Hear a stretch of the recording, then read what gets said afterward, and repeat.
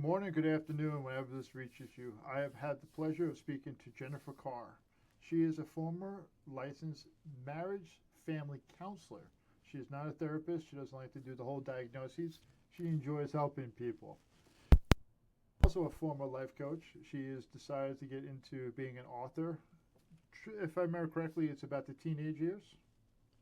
New adult, they're young adult. Yeah. Young adult. And honestly, I have been laughing pretty good before we actually started this. And I'm going to be when she told me her marriage story, I have to say this is why it's so cool to hear. She met the guy when she was 13 years old, been married to him for about 20 years, and such a purity to it. How you doing, Jennifer? I am great. Thank you so much for having me have this conversation. I'm very excited. And yes, I have known my husband for quite a long time, but he had to work for it because it took him about 7 years to get out of that friend zone.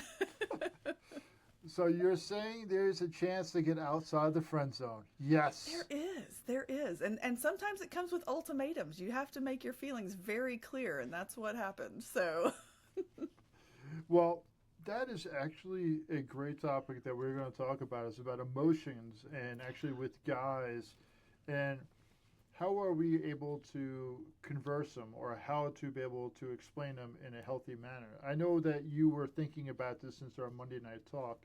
So let's hear a little bit about some of the thinking or emotional errors that we sometimes come across as men and how we communicate it to our female partners. sure. Well, and I will just tell you that I'm going to speak about men because that's what your podcast is about. But also, women can learn from this too because I know plenty of women who do not know how to process and express their emotions. And I think a lot of that's generational because sometimes our parents were like, well, suck it up, buttercup, which meant you don't talk about your emotions. And so this holds true for both men and women. So, whatever listener is listening, this is all applicable to you. But I know that from early childhood, for guys especially, boys are really trained away from emotional fluency, right? They are demanded to be stoic, but also have productive output, but also contain everything. Like you don't let it out. Tears are taboo. We don't do that. Gentleness is permitted, but only in private. And even then, like very little of it. And then having emotional needs is basically failure on your part because of your gender, right? And so instead of hearing and knowing that your feelings matter, you're hearing and processing, well, don't be soft. And so then all of a sudden, your performance is based on your emotional development is based on your performance, right? You have to perform a certain way, and then that forms your emotional development. And so you find your worth in achievement, right? You find that silence is a sign of strength, and so everybody looks to you. And if you make noise about anything, all of a sudden it's like, well, he must be a pansy because he's complaining or whining about something. And then independence just becomes your entire identity. And when that happens, when you are so independent and cannot process and express your emotions, relationships do struggle because the other person sitting there wondering, what have I done wrong, or what's going to happen next, because you can only hold in so much, right? It's like shaking up a Coca-Cola or whatever, and that pressure just kind of builds, and so it's like, I don't know what to expect next, and so that's not healthy, right? That you've got to be able to express your emotions, your feelings, your thoughts, your ideas. And there's nothing wrong with being able to do that. You just might need to form the language for it because it's probably been a long time since you've had the words to put behind what you're feeling. So I agree with the fact of how we've been raised and how do we understand the emotions.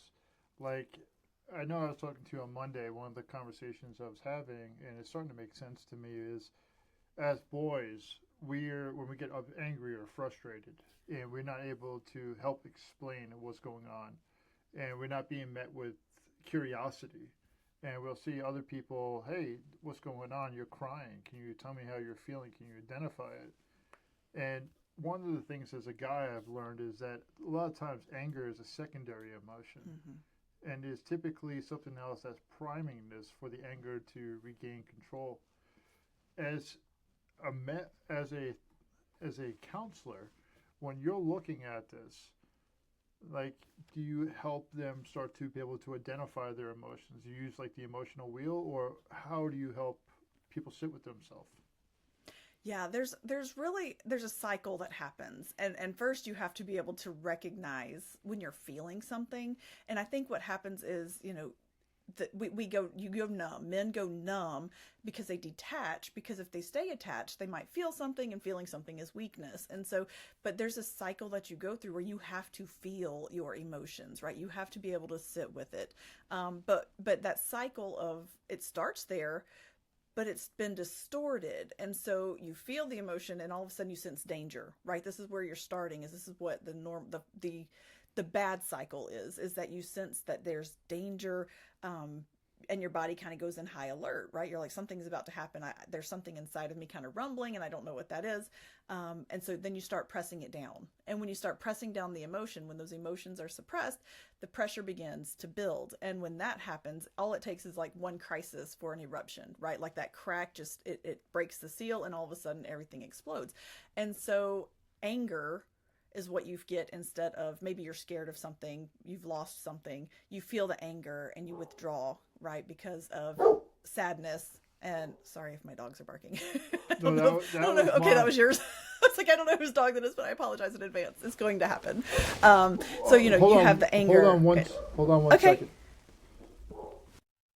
And so that one little crisis, really, it like breaks the seal, and everything kind of just comes to the surface. It rushes to the surface. And so you've got that cycle that happens. And so you're feeling anger instead of fear, or withdrawing instead of just feeling the sadness, or you go numb because you've detached, because you don't want to be vulnerable. And so, you start with that, recognizing that this is what the cycle is that you're in. And everybody's different, right? Everything is a little bit different for every person and how that cycle happens. But typically that's where it starts, is like this suppression. And so you have to be able to kind of reverse that a little bit. And it really starts with naming emotions that you're feeling when you're feeling them. And it sounds so cheesy, but it really is. That's kind of how it starts, is naming your emotions. And like, have you ever seen the show Forged in Fire? Have you ever watched that one? Isn't that the one where they do the metal work with the swords and knives? Yes. Yes. Okay. So, like, for if you're listening and you're not aware, it's like bladesmiths take the raw steel and they turn it into weapons. And I didn't think I was going to like it as much as I did. I was like, oh, it's such a guy show. But I was like, it's fascinating. And I'm always amazed by this process where they have this chunk of metal, and they apply heat to it and they apply pressure to it, and they do it in a certain order, right? For a reason, because it makes the metal stronger. If they do it out of order, you have soft metal that bends, the hard metal cracks, and it breaks and it shatters and everything. And so that's kind of what we do here when we're talking about working with our emotions, is we decide what's the balance of heat and pressure. And that's what we kind of talk about is, so naming your emotions is kind of where you start by turning up the heat a little bit. You got to get a little uncomfortable and turn up that heat just a smidge and start putting names to it. We all know I'm hurt, I'm afraid, or I'm lonely. But we are not going to voice that, right? Instead, we're like, I'm tired, I'm angry, I'm fine. And we stick with the basics. We don't go deeper. And so we have to be able to say what we're feeling and mean what we're saying. Does that make sense? Oh, it does, because I'm just thinking about a lot of the guys I work with, and sometimes what we're not able to do is just say, hey, I'm happy, or I'm Mm-hmm. joyful, or Mm-hmm. I'm hurt, or I'm alone, or I'm X, Y, and Z. And naming it sounds like you said, sounds silly, but a lot of times we have not been able to even discover that area, or has not been role modeled enough for us to be able to have that type of internal dialogue. Oh, yeah. But, when you give something a name and you can identify it, it kind of weakens its power a little bit, right? It's no longer a secret or a surprise that's about to sneak up on you. You're like, oh, I recognize what's coming at me. I don't have to be afraid of it or uncomfortable with it.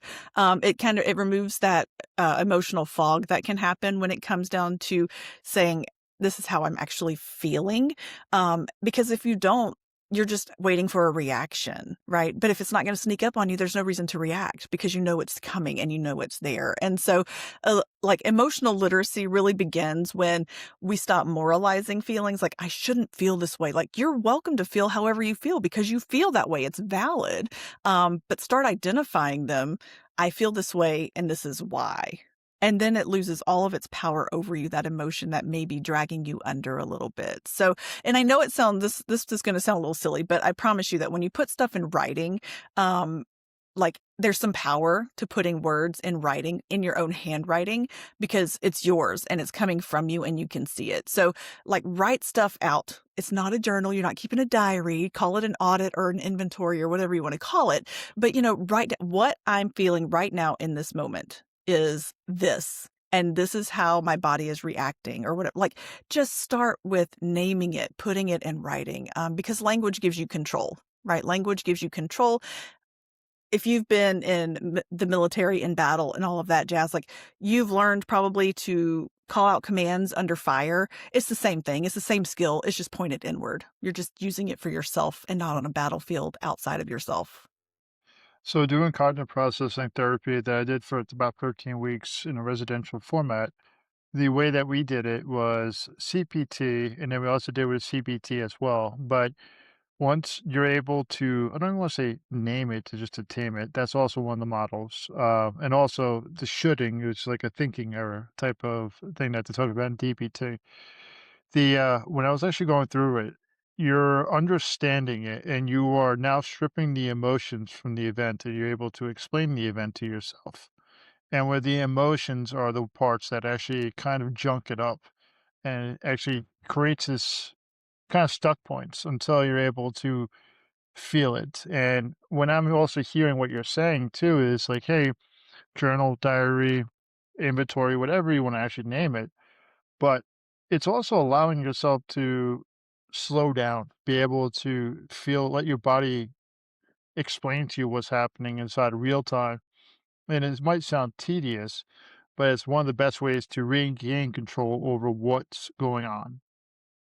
Yes, absolutely. And when you've spent years in environments that really demand control, like combat zones or crime scenes, if you're talking, law enforcement officers or just high stress situations that are maybe unsafe in some form or fashion, you learn to shut things down before they shut you down, right? You are always on the offensive. Like you're never going to sit there and just let things hit you. You're like, no, I'm pushing back before I can actually feel. Like the mission always came first, right? And then feelings came later, if at all, right? Because that's not always how that works. But that mindset really keeps you in chaos, right? But it can also kill you Hmm. because you never process it. It just overwhelms your system. And so, and that's one of those things is that a lot of times men don't really learn to live, especially if they have lived high trauma situations, battlefield, whatever. Um, they don't know how to live when nothing's on fire. Right. They are constantly in this like high alert zone. And so that's where you have to learn that. And that kind of leads me into like you have to learn how to self regulate. And that can come through slowing down because I tell you what, regulation, I mean, it's not about sitting crisscross applesauce and inhaling incense. If that's what you want to do, that's fine if that works for you. But that's not what I'm saying when I say learn to self regulate. It's like controlling your body so that your mind doesn't run the show because your nervous system is out of whack. If you've stayed in high pressure situations for too long, your nervous system does not know how to slow down. And so you have to force that to happen. So learning to self-regulate, learning to breathe through something, learning to think before we speak or react. And I know that a lot of times men feel like they need to fix things pretty immediately. My, my husband, bless his heart, it took him probably 15 of our 20 years of marriage to learn that when I have a question or I'm dealing with something, I am not asking you to provide solutions. I'm not. But men just immediately want to react and be like, I have to fix this. I am the fixer. And so that puts your nervous system once again in high alert and your body's like, I don't know what to do with this information. So I'm just going to react to it.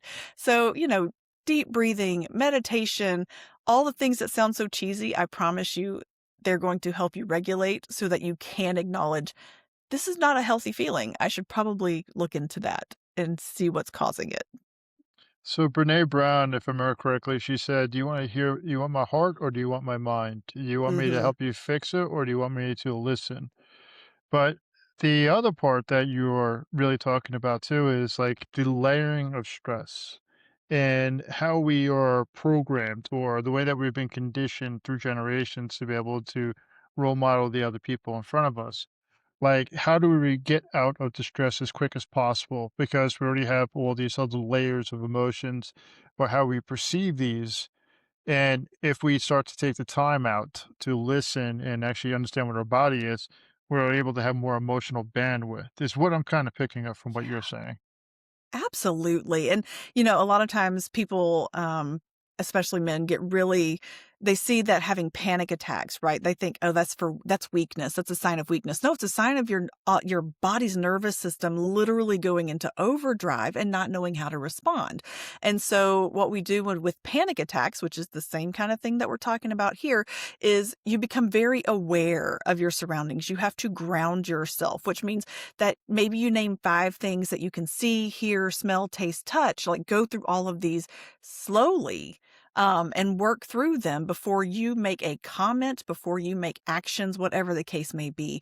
Just even pausing 10 seconds before you think a conflict is coming in some form or fashion. Like stop, just stop and think and breathe. Maybe you have a mantra, nobody needs to hear it. It can go on in your head, but my feelings are valid and they don't control me, right? Whatever you need to say, because what ends up happening over time is that calm becomes the habit and not the exception, right? You just have to train yourself like you trained yourself the other direction. You just have to rewire your brain to think calm in the moment of chaos.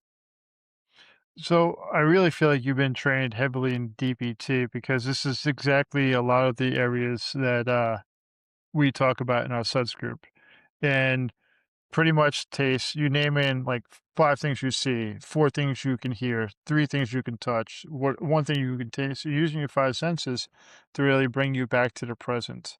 And the other area is like we could say that we've been trained and conditioned in a certain way, but what it's doing is, this is what I share to a lot of the guys I work with. I'm saying, hey, what we're training for is by calling 988 together, it's for you getting prepared for the crisis situation so that you know you have a way out instead Mhm. of actually doing it alone. When Mhm. you start doing this type of emotional work, you're starting to understand what is happening instead of just, hey, these are skills I heard about. And if I don't practice them, I'm not going to be able to use them in real world situation. And when I'm able to take the time out and say, hey, I'm going to journal, and this is what I tell to the guys I work with and gals, let's actually journal. Just do an emotional data dump. Do it like nobody else has to read it. It doesn't That's have to right. have perfect grammar. It doesn't have to have anything. But what's 3 things you're grateful for? Mm. And what it does, it allows you to have that breath so that when you're handling somebody else's stuff, because we all come in with baggage. And if our partner is up here and we're here, we're not talking to each other, we're talking past each other. Right. And when you're actually and going back to what you're saying, it's kind of actually lowering that threshold, and the more that you practice on it, this is what I'm hearing, correct me if I'm wrong, you keep lowering it so that all of a sudden your new baseline is a 5 instead of a 9, Yeah. and eventually, hopefully get down to a 1, but it takes a lot of work. It does. It does. I mean, literally what is happening is, there are a bunch of little grooves on your brain that are pathways, neural pathways that tell your body or how to react in certain situations or just physical activity. And so that's how the brain is formed. Literally, you are redrawing grooves in your brain that lead to a different path of reactivity or the way you think, that kind of thing.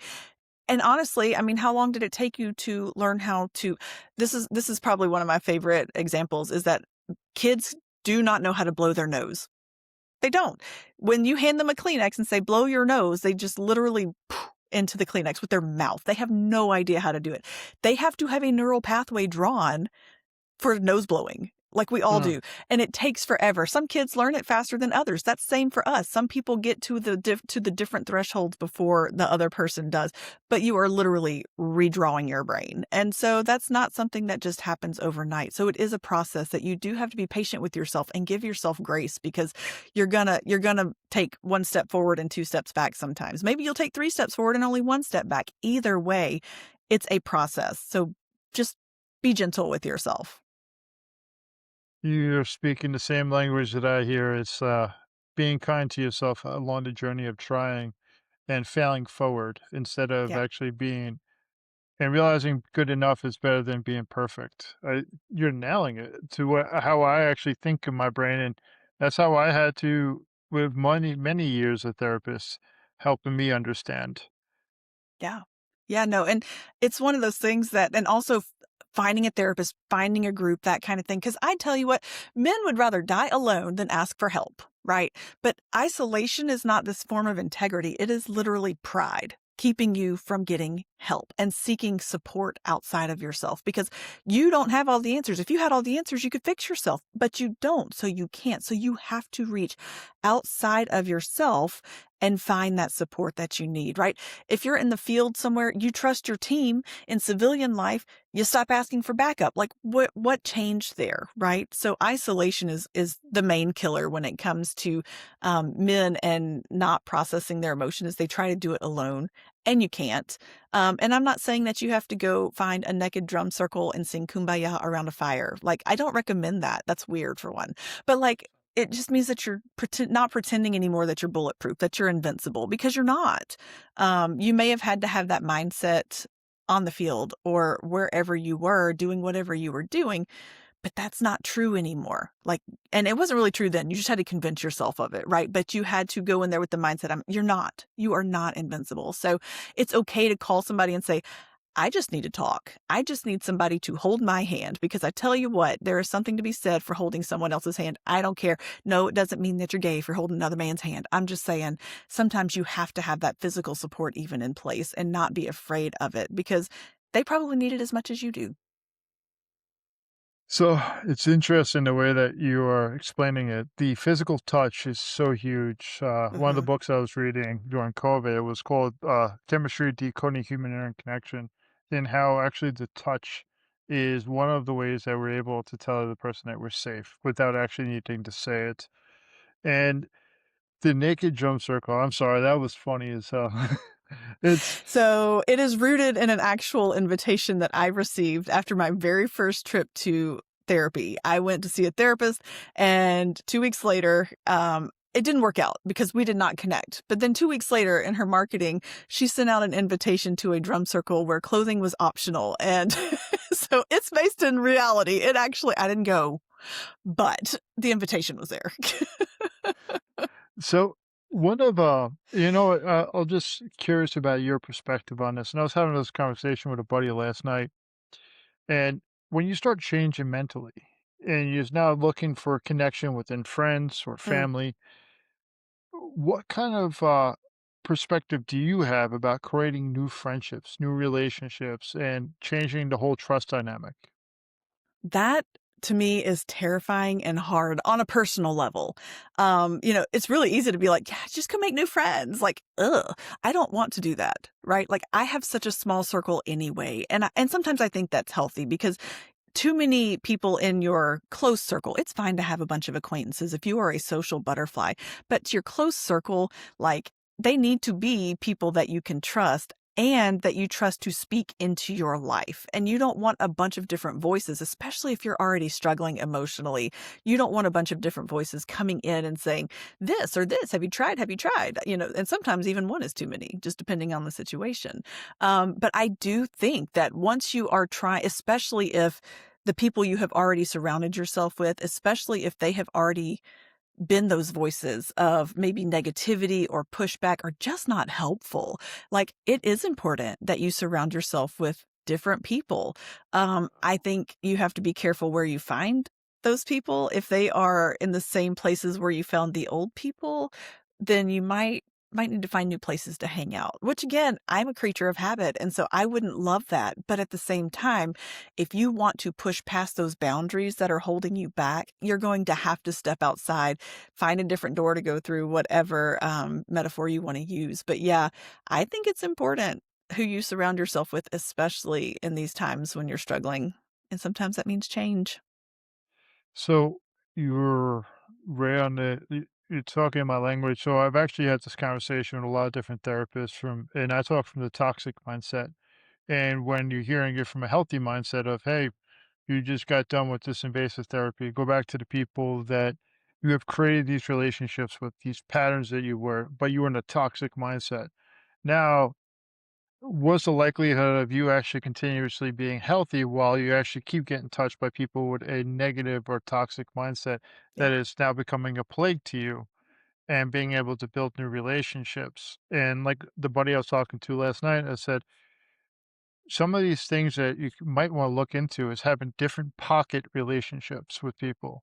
Like you go to this place, you play cribbage here, or you go to this church group over here, and maybe some of them might bleed over. But realistically, it's being willing to allow yourself to find similarities with people and starting to make new relationships because my mindset is well, if I went back to my old way, that means I would go back to drinking, smoking a lot of weed, Hmm. going back into just feeling like the world is and hearing all this negativity. And I would just obviously jump in. I'd be one, five people that you're friends with that are millionaires, more likely to be the sixth. Five people are friends that are methods, you're more likely going to be the sixth. And how do we actually change it is by changing our surroundings and changing our surroundings, our behavior, our thinking, and our emotions start to change. Yeah. For sure. One of my favorite analogies that I use when I'm working with teenagers and talking about who they're surrounding themselves with, you have a glove and you throw it down in the mud. That mud doesn't get glovy, right? The glove gets muddy. And so where you put yourself is what you are going to take on. It's what you're going to become. And so you're not going to send an addict back into the streets where all of the temptations are. I don't care how strong you think you are, it's not healthy to be there. And I I have a relatively close person in my life who there are she calls twice a week, and I know when she's going to call, and there are some days where I know that I am not emotionally strong enough to take her phone call because it is going to test me in so many ways. And so I can't. So you have to know your limits, right? But also just don't go putting yourself in those situations to have those reactions, knowing how it's going to form or shape you for the rest of today or tomorrow or the week or however long it might take for you to pull yourself back out of whatever cycle it normally sends you into. So I will definitely circle back and tether multiple things together from that. It's now taking the time out to journal about how you feel, think, what is going on. The other part was like how your relationships, being able to name it to tame it, to be able to be aware of it. But one of the areas that I believe that you're alluding to is boundaries. What is your Oh, yeah. perspective on boundaries? Have them and enforce them and strengthen them and do not break them for anybody. I am a recovering people pleaser, which is really hard when you're a counselor to be to take the people pleasing side of you out. Now, it's a little easier when you are counseling strangers and people that you only know through the counseling realm. That's a little bit different, but like it's I'm a people pleaser, or used to be. I'm not as much anymore. I learned that no is a full sentence and that boundaries matter. And that's true. Rick, I don't care how close of a relationship, even with your spouse, you have to have boundaries. There are things where you have certain principles that you are not willing to violate for anybody. And those boundaries need to stay in place. So yes, I think boundaries are good. They are healthy. Let's talk about it. You know what I mean? So I'm going to paraphrase Jordan Peterson and Carl Jung right now. And they say if you really love people or you love somebody, you set healthy boundaries. Because if you Yeah, don't, you'll create a master slave mentality. And mm, unfortunately, you become very resentful to a person. for sure. For sure. And I also think and talking about resentment and boundaries, I think what's also very important on the flip side is expectations, Mm. and knowing that you have expectations of other people and holding them to those expectations, which can help with your boundary setting because if they're going to constantly fail to meet the expectations, the reasonable expectations that you would set for a human being, knowing that we are all going to fail at some point or another, but like having those expectations and holding someone accountable to those expectations. And when they continually fail to meet them, the boundary changes a little bit, right? Whether it gets tightened up, it gets wider, whatever distance you have to create there. But we don't always share our expectations with people. We expect them to read our minds, and we're like, "Ugh, I can't believe they failed me again." So to go along with that, one of my favorite things that I told so many people this, what like women who would come to me and say, "Well, my husband just da da da." I'm like, "What did you tell him?" Because unspoken expectations, that is literally premeditated resentment right there. Like if you are not willing to tell somebody your expectations, then that's on you. And if they fail, that's on you to not have told them what you expected in the first place. I am going to be stealing that line, and I will I will be able to refer to you and saying expectations by not telling them is premeditated resentment. I Resentment, love that. yeah. It's Yeah. go ahead. Oh, I was just gonna say it's so true though. Like if you look back over your life and the number of times that you were like, "Ugh, why didn't they just do XYZ?" Well, you didn't tell them. You just set them up for that. And one of the areas that I will say is w- being in previous relationships with people I genuinely loved, or I thought that's what love was back then, and how I was able to express it. One of the areas that I believe that would be huge is having that dialogue. What Mm, obviously expectations, but also helping each other talk through these troubling problems. Not waiting to, because by the time a person like myself will go see a person like you, my relationship is pretty much like at a Hail Mary right now. yeah. And I kind of, I'd say this and honestly, like, hey, if I'm actually going to be in a really long term commitment with somebody, we're seeing a couples counselor way Yeah. before we think about getting engaged. And it could sound counterintuitive, but well, I want to set us up for success because obviously we are not talking. We are talking to each other, might be speaking the same language, but are we speaking the same type of feelings and understanding?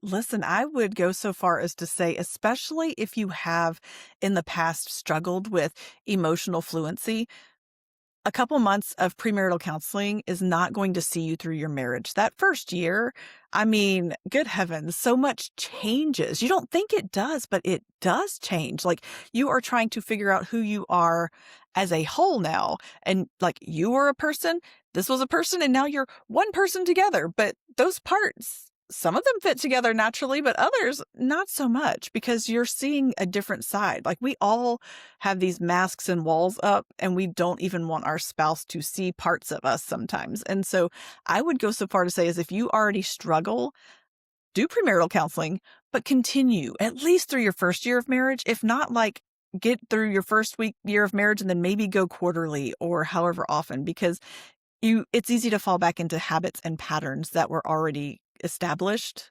We know this just from all of our regular lifestyle actions and habits. But yeah, I would highly encourage that for sure.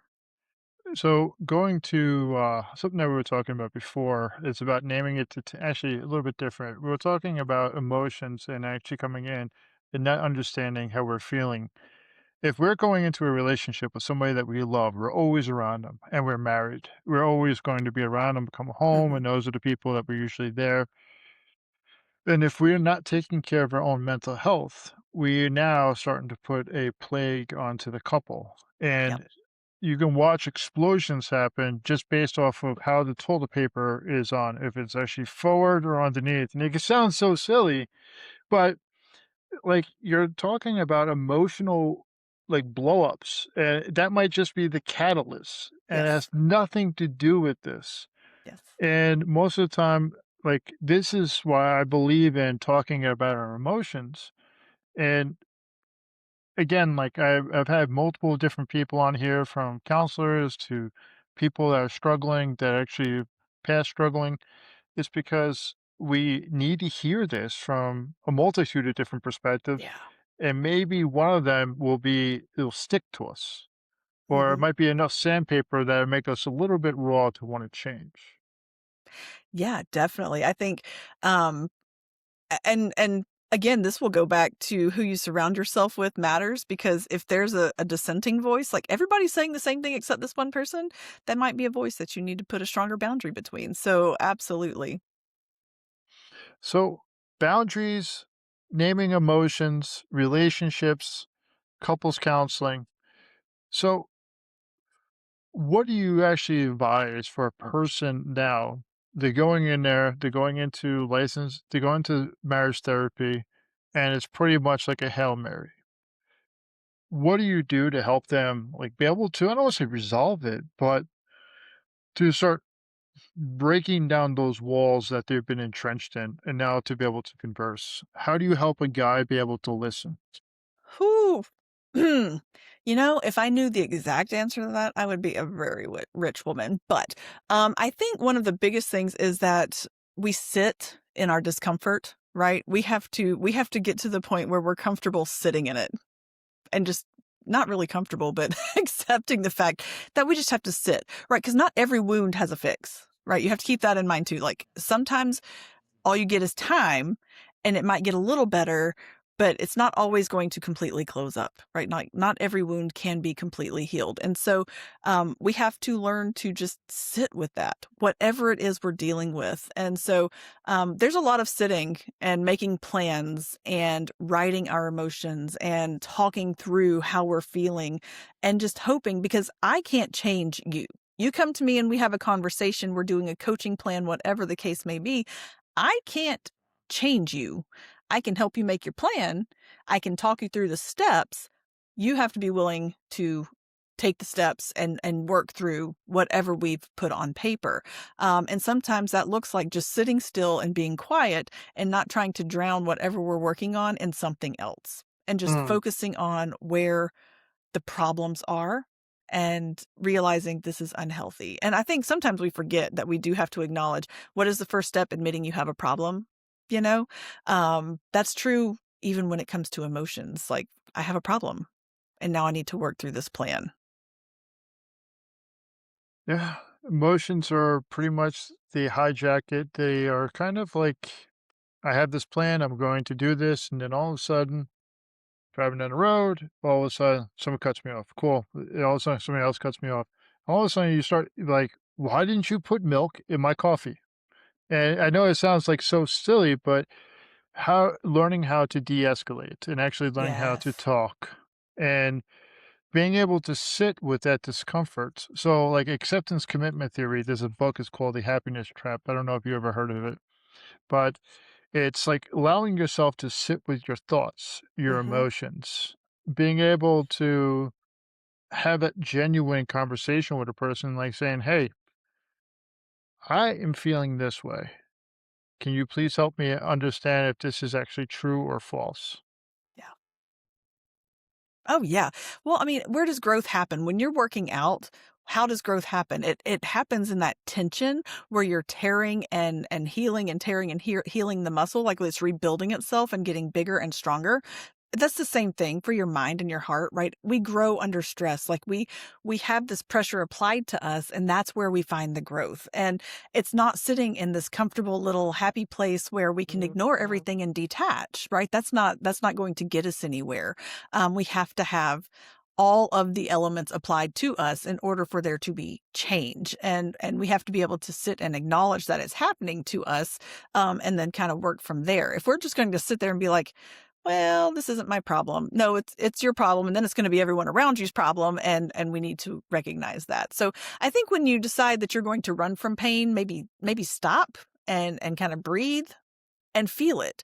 Everything is emotion, right? Everything, your perception and your ups and your downs, and it changes so rapidly that we should all pause, whether we are struggling or not, before we make any kind of decision, because it could be an emotional reaction to something. So just letting yourself feel it in the moment and recognizing, okay, this is good. This is not good. This is how I react when it's good. This is how I react when it's not good. Make a plan before you get to that point, and that requires you to sit still and just focus on it and feel it. So I know it's going to be a little bit off topic, but I know Okay? you're a pastor's daughter. I am. Do you still practice the Bible? Do you still practice the Bible or Christianity? Oh, very much. I am a born again, blood bought believer in Jesus Christ. Yes.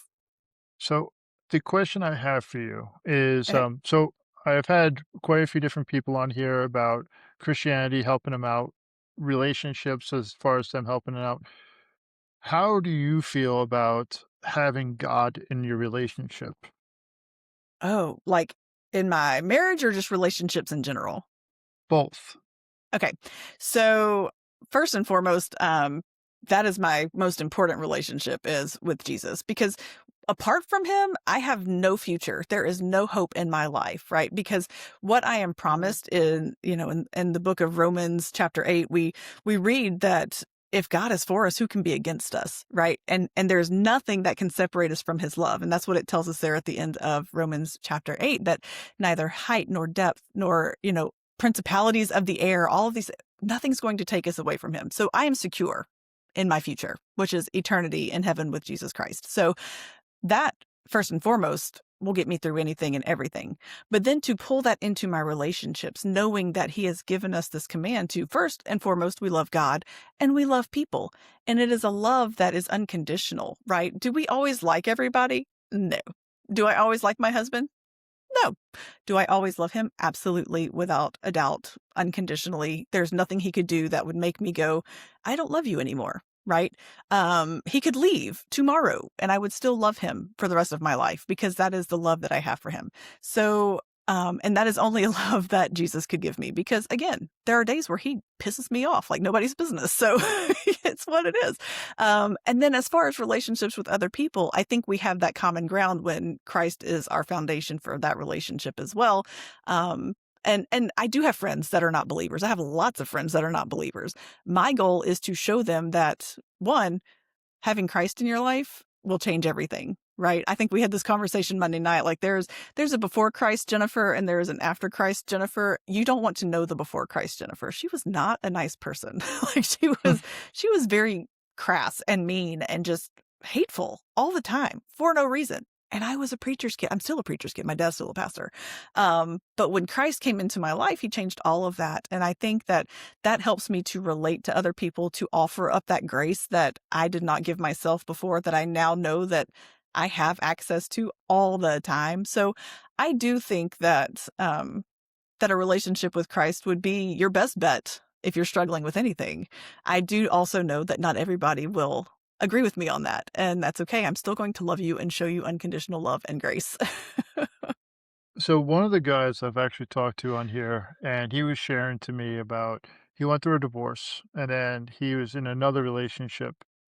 And the first divorce, after he was a Purple Heart recipient and he served in the army. And then the second time when he was going through a divorce, he was part of a men's group through church. And the brotherhood that he made through a men's group through church really helped him lean on them. Mm, And him actually leaning on God really had that relationship instead of, because I have had two suicide attempts and I knew about God, I just was never really close with him. And since I've been pretty much welcoming it into my world and reading the Bible and learning a little bit more about it, I've been noticing that there's been a peace because I'm actually having a dialogue with a person or a being that is beyond just the friends that I need to hide from. This is an individual that gets to see me from my flaws and my strengths. And the reason I bring this up is because a lot of times we put on our mask while we're actually presenting to another human being. And we are rejecting what's underneath the mask or what part of the areas that we're hiding. And this mm, is what actually happens, I feel like, in relationships, since we don't know how to identify or be able to help us understand it. Like my past, it was checkered. It was a very shady past, and I have been privileged to exist past it. And on top of it, I also understand that it's allowing me to have these type of discussions because guess what? I'm not perfect. I also know a lot of other me people that neither. are not perfect. And I just want to see people heal. But at the same time, that's why I was asking about God in your perspective and how you've also noticed that it actually changes the relationship when you have people that are believers compared to non-believers. First, more than anything, it changes me. it changes how I relate to other people, regardless of their status as a believer, right? That it changes me to recognize and realize that God saw me at my very worst. He knew the worst thing I was going to do. And for some reason, he still loved me, right? Like he created me knowing what I was going to do with my life before Christ and after. And he Hmm. still sees the screw ups that I do every single day and the thoughts and the actions and the words, he knows me inside and out. There's not another person in existence outside of him who knows me all the way through, good, bad, ugly, in between, whatever, physically, emotionally, mentally, spiritually. Like he knows me. And to say that I have a relationship with someone who knows me that well and he still loves me, that's the part that boggles my mind. And so when I have that, when I acknowledge that, when I accept that, it helps me relate to other people knowing you were made in God's image, right? You were made in his image. He created you for a purpose and he loves you just like he loves me. So we're Hmm. not different, right? We just make different choices about everything, probably, which is fine. But he loves us the same. And so we're on an equal playing field at that rate. And so it helps me to realize we're mirrors, right? If God can love me, he can love you, and vice versa. And so I think that's where the relationship with Christ makes the biggest difference, is that relating to other people is so much easier because I know what I have and I don't deserve it. You know what I Hmm. mean? So I hear you. I know that was a little bit off topic from just men's mental health, but I also believe that it's a part of it because I it believe that is. we work on our physical, our mental, and also our spiritual, and how we're able to Absolutely. connect. But I have pretty much one of the last questions I have for you. What is the message that you would like for other people to hear for mental health or for men's mental health? Oh, man. I think the biggest thing is that you've carried so much weight as a man that I will never understand. And depending on your circumstances, whether soldier, police officer, father, pastor, whatever it is, you've carried your burden. And some of it is stuff that we couldn't handle as normies, if you will, right? Like those of us who have never experienced it, we couldn't handle it, but you survived it. If you are here, if you hear this, you survived it, right? And it's something that one, you should be proud of, absolutely proud of. And I'm proud of you for surviving it. But the mission is different now, right? Because it's not about surviving the chaos. It's about finding that peace. It's about finding the courage to make changes, to be different, to want to be different, even just wanting to be different. That's a step right there. And so knowing that you want it, it's staying when everything around you says run away. It's choosing being present over being numb. It's about choosing truth over your pride, right? Making the connections over staying isolated because you've already proven that you can endure pain. You just have to now learn to endure and embrace peace, right? Because we don't need harder men in the world. We need whole ones. And I think, if anything, that would be the message that I would want people to hear most, first and foremost. You know, I appreciate the way that you tethered it together because most I have heard so many times we need softer men. I'm Mm, glad that you said that we need whole men. hmm.